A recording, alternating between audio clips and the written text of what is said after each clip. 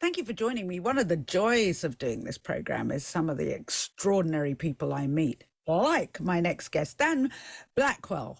Had a love of music, which saw him leave school at about 15 to pursue it. He's become proficient. Proficient is a very insulting word to use. He's become amazing. And what he's done with that gift is something quite extraordinary. He saw a video, a little piece on Facebook about two women who'd started up an all-female orchestra in, of all places, Afghanistan, something that could literally lead to their death. What he did and what he's done since then is nothing short of amazing. Like I said, right at the very beginning, it gives me great pleasure to introduce Dan Blackwell. Dan, thank you so much for joining me. The film Sisters, again, is something that you've created, and we'll explain to people how, explains all of this. But just, I mean, guitar to you is something that clearly you're very gifted at. And you took that gift and then some. So tell us about what Sisters is about, because it's kind of like a second reawakening for you, and I'm sure it's a reawakening for everybody who sees the film. Firstly, thank you so much for having me on your show. Yeah, so it's a strange story, really, because I used to be a session musician when I was in my early 20s, and I started a collaboration project called 4-Bar Collective that was about bringing people together and about connecting people through genres and cultures and showing that music is a force for bringing oneness in people, you know. And in 2017, I saw this video about this orchestra called Zora that were risking their lives to pursue their passion for music and education and women's rights and all these things. And some of them, you know, they were putting their lives in danger, or, you know, they're being rejected by their families and all these things. I was so inspired by the bravery of these women that I decided to compose a piece of music for them. And I sent it over to them online as like an open letter with the music playing and sort of saying that I was a musician from England and I was inspired and I'd love to work with you. Mm-hmm. And they replied to me and said they would love to have me over. And wow. My friend was like, you've got to make a documentary about this. You can't just go over to Afghanistan and record a piece of music. So I learned how to use some cameras. My mum's a photographer, so I did a quick little lesson with her on how to use them. Borrowed her cameras, much to her terror, and did a little... I think she's probably more terrified of losing you than the cameras. Somewhat, yeah. Though she did go on about the cameras a lot, but yeah. I went over there by myself, and what I would do is I'd kind of, to create the illusion of having a camera crew, is I'd set the cameras up in the corner, and I'd carry on presenting it, say, okay, carry on talking. And I think the fact that I went over by myself, it meant that we got this really intimate and honest connection, you know, that... So this is you, just for people to understand, this is you in Kabul actually meeting these people, these women who previously you'd only seen on this Facebook post, and with your piece of music. So what stories did you hear from them about coming together to pursue this passion of, putting an orchestra together? Yes, well, they all went to a music school. It was like a secret music school, and it was all walled off with armed guards, and they, they would travel in secret to the school, and once they got through the gates, they would totally relax, and they just... What comes across in this film is just how similar we all are, you know what I mean? Like, Afghanistan seems like somewhere so far away, so different, but what you see in this film is that people are all the same. People in this school, they're all doing things that kids in America or kids in England are doing in the playgrounds. They're playing tag and they're chatting, they're hanging out. It's all like... It's all such normal stuff. But it's not in a normal situation. Not because at all. The Taliban is not exactly pro-female learning. No, and there was a lot of pressure at the time back in 2017 to not play music. You know, it could put families in danger, and there was a lot of pressure for them not to do it. But they did it anyway, and now I think this film has sort of become a historical document, because as of August 15th, 2021, it's now no longer possible at all, and all of these women that are in this orchestra have been forced to flee the country and are now all over the world, and it's Yeah, I've kept in touch with as many of them as I can, and I've even started an orchestra co-founded with a musician called Kordrat Wasefi, who was at the school as well, and we try and bring remote musicians who have been forced to flee Afghanistan together. It's called the Afghanistan Free Harmonic Orchestra.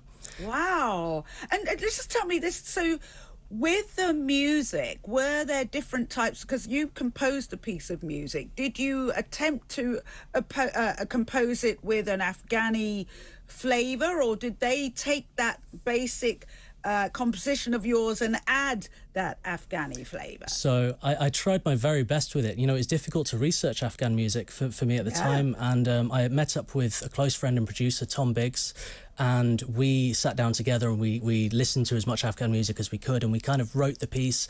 I brought him a first draft, and then we kind of built on that and then released it. And Nagin, who's the conductor of the orchestra, who's the first ever female conductor of the country, she said she loved the piece, and so they were happy to play it. And then I went over, I set up mics, and we just recorded it take after take, and filmed them performing it, and I got interviews with all of them. And since then, I've learned a lot more about Afghan music, and I've even started performing Afghan music with the orchestra. Wow. Yeah. Is it the same? Is it the same instruments? Is it violins, or are they instruments that we would recognise with some we might not? Or just tell us about that. So there's traditional Afghan instruments like the rubab, which is like a sort of lute-like instrument that has a beautiful sound to it, and they use there's a lot of Indian instrumentation that's used as well, but with like Zora and with a lot of the Afghan arrangements, they're arranged on more Western instruments. So there are the violins and the cellos and full orchestral, arrangements. Yeah. Do they have quarter tones as well? Normally that we wouldn't use. Those little quarter tones or what have you that give it that just gorgeous feel. Yeah, they. It's interesting. It's difficult as a guitar player myself to play guitar to, because everything's written around the melody and not thought of in so much of the harmonies of things. So I'll try and play a chord and there's always one note that doesn't work, and I just kind of end up playing really simple chords, and that works really well to the really complicated melodic stuff that they're doing on the lead instruments. So when I sort of came back from Afghanistan with the film, I was kind of had all this footage, and everything was a first time for me, because it was my first time making a film, which is a crazy thing to do, to go to Afghanistan to make your first documentary. I think it's brilliant. Thank you. Blown away by it. I just think it's amazing. Thank you. So when I came back, I made a first draft of it, and that got noticed by UK veteran filmmaker Tony Klinger, and he has a film company called Give Get Go, and he took me on, and he was like, right, change this bit, change this bit, change it, add this, expand on this is interesting, or this bit's irrelevant, get rid of that. And we kind of built it up into a longer, bigger film, and made a festival, a 120-minute version and a 50-minute version for TV, which is currently the version that's out now on Amazon Prime, Google Play, YouTube Rental, and Microsoft. Yeah. Have a look. Yeah. And it's taken a long time for it to come out, because we had all the editing to do, and then COVID happened. Then the fall of Kabul, we had to make sure that everybody was safe, before we could release it. Before you explode. Oh my gosh, you're so...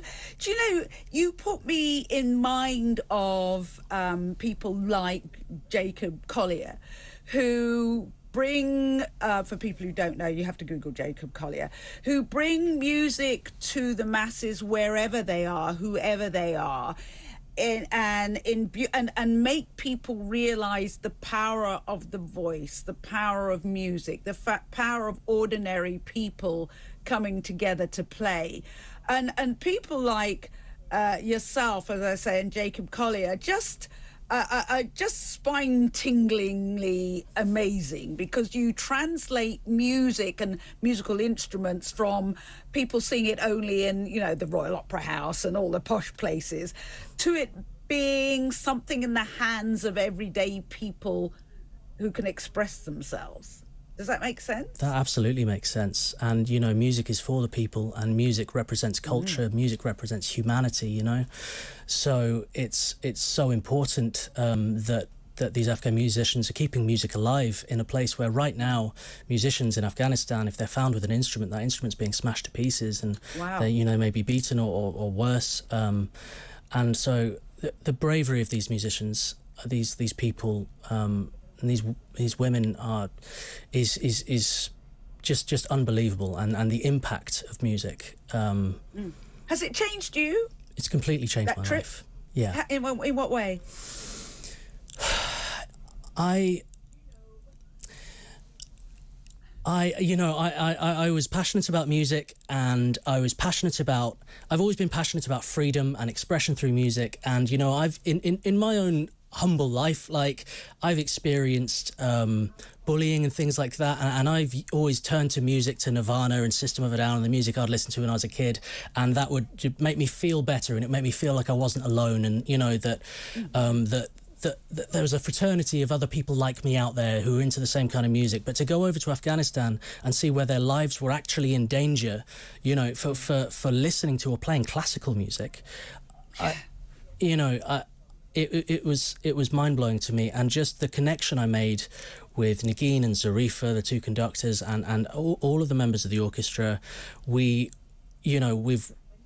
that connection is there ever since. I was talking to Nagin, the conductor, only the other day, and she said to me, she was like, we all made such a friendship with you so quickly, you know, and that really meant a lot to me. That through the language of music. Yeah. Just please remind everybody how they can see Sisters. You said it before, and you said it really, really quickly. Sorry. No, say it again. You can watch Sisters right now in the US and the UK on Amazon Prime, Google Play, YouTube Rental, and Microsoft. Thank you so much, and wow. Thank you for sharing that story. Thank you. To me, I just think it's absolutely incredible, absolutely wonderful.